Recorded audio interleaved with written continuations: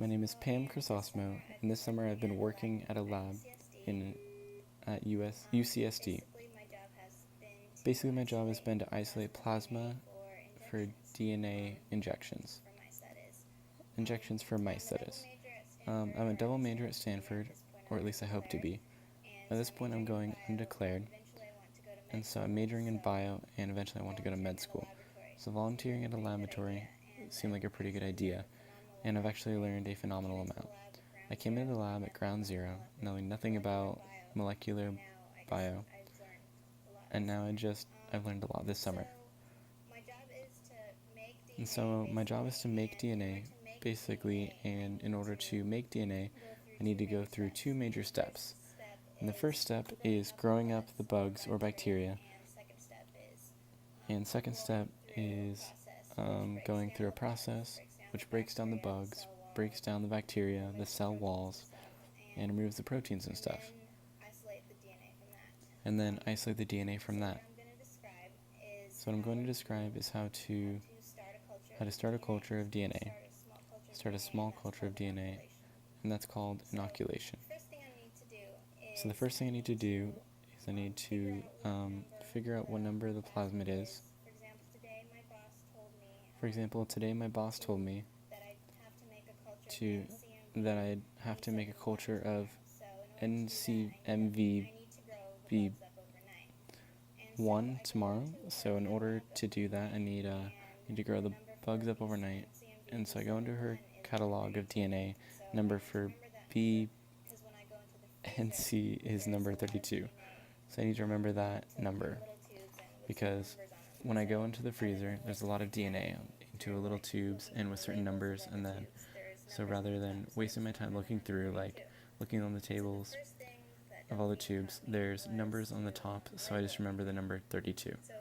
And so the first thing that Delphine taught me was to do label everything. So I got a piece of colored tape and write the number 32. So you need three things when you label. You need the name of what it is, the date, and your initials. And so I put number 32, NCMVB71. The date is 8/96, and PC are my initials. And I stick the colored tape on a 3 mil.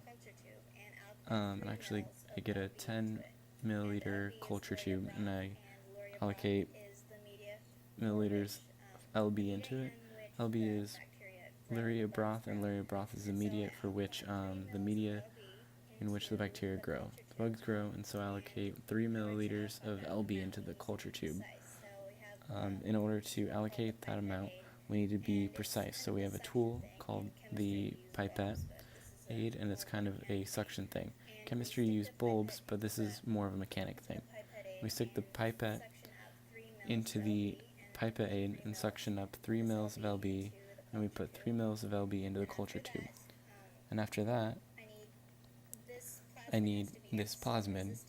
It has to be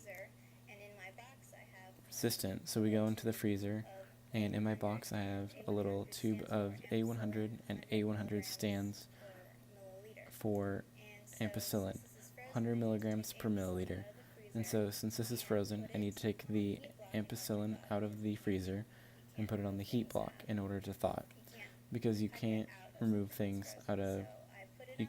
pipette out of something that's frozen. So I put it on the heat block, and once it's thawed, I get a different thing called a pipette men, which is blue, and you use it to pipette small amounts up. So I pipette up 3 microliters, which is, we call them, written, it's called AMBDA, LMBDA, that's a Greek letter. And I pipette 3 lambda of the thawed ampicillin and inject that into the 3 mils of LB. And so now any bacteria or any bugs that grow in the lab will be ampicillin resistant. And so when I make sure to put that back in the freezer, because that needs to be frozen and it can't be left outside. And then after that's ready, I make sure the cap is on and the label is on, make sure everything's okay, and then I need to go into the freezer room in order to get my bugs. So now that the media is ready, and the culture tube is ready, and everything's labeled, then I go into the freezer room, and the bacteria is stored at negative 80 degrees Celsius. So I make sure before I start, always have my gloves on because these things are biohazardous. So I take my tray where I have my 10 ml culture tube, and then I take my pipette men, a box of pipette tips, and also that's it. Then I go into the freezer room and I open the negative 80 degree freezer and I pull up the box, the deep box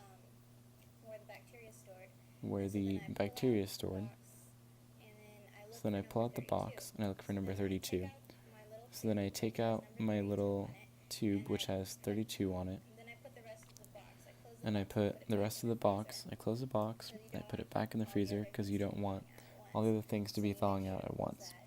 So you make sure to close that, and then I have my pipette, my box of pipette tips, and then, so I scrape a little bit.